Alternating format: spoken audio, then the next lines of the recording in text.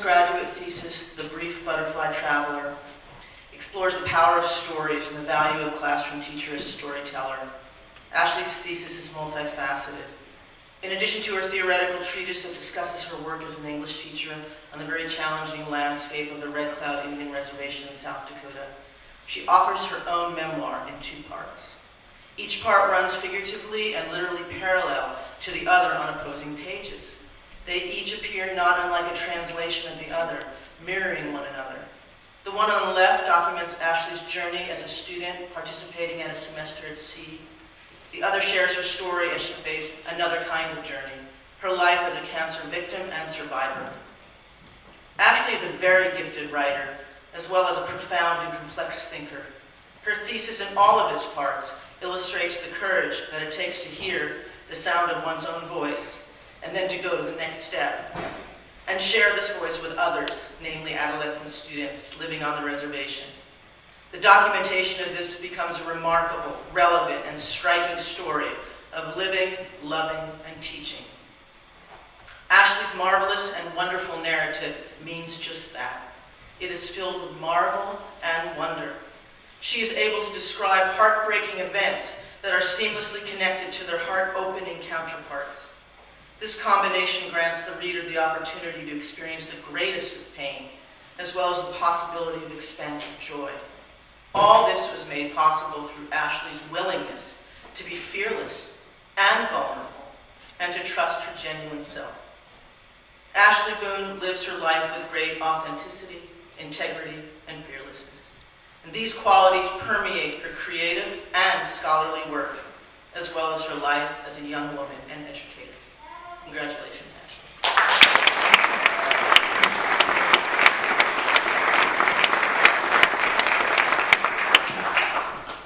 Hello, Mamadou. I'm sorry that my iPad is still not for sale, but maybe in another year or so. So thank you for being here. As a writer, I am of course also a reader, and that is how I first found out about Goddard College. I read about it in Spirituality and Health magazine. I thought that sounds kind of cool. And so I looked into it a little bit more, and I thought maybe that's a little too cool. I don't know about that for me. And then I happened to see a tote bag that a friend had in a random farm in West Virginia, and it said Goddard College on it, and I thought, I guess there's a conversation to be had. And I owe so much thanks and love to that woman, Bonnie Brooks, who told me right away that I belonged there. I thought, how could you know that about me in this school?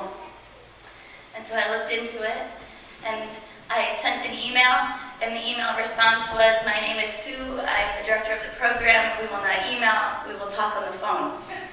And I said, okay, and I talked to Sue, and Sue again, without hardly knowing me, knew that I belonged here. I thought, how could that be possible, but I'll go with it.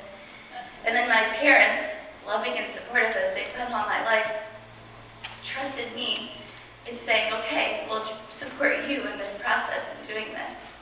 And I applied and got in, of course. And getting to Vermont has been difficult for me from coming from West Virginia, coming from South Dakota. But the first night that I got here, and I met Dana, again, I knew that I was meant to be here. And I didn't know how. But it's true, she was my Goddard sister.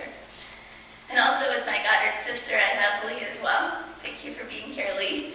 Another support here, another student who made this process real. The first morning that we were here at Goddard, Dana and I went to yoga with Kumari. And Kumari said to us at the end of the yoga practice, everything you need is already within you, or something to that effect. And I thought, first, that can't be so. And second, if that is, why am I paying to be here? And then soon after meeting Kumari, who has reminded me of that so many times during this journey and has provided me so much validation and love and guidance, soon after meeting her, I met Carla. And I realized that the things that I needed are within me. But in order to access them, you need to search around in your environment and create relationships, and those relationships are keys to unlocking those things within us. And Carla is one of those first keys, and will continue to be one, I'm sure, of helping me to unlock the things that are within me. But she opened up a gateway for me to understand how much more people around me have to share and to offer. I need to offer great thanks to all of my friends back in West Virginia and in South Dakota who were willing to take less of my time as I offered it to my Goddard studies and gave me more of their love and support. That goes too for my boyfriend, Kevin, who entered into a relationship while I had already started Goddard, fully knowing what that could entail as he's a graduate student and a full-time employee himself. I'm eternally grateful for Goddard for giving me the validation that I needed as an educator and as a person. I've been a student all my life, and I have never felt that a school, that a group of people, that a group of colleagues has valued me the way that I have felt valued here. And this is the best gift that I could receive as an educator, because it means that I want to continue and go forth and offer that validation to all of the students that I'll meet. Thank you all for holding this space.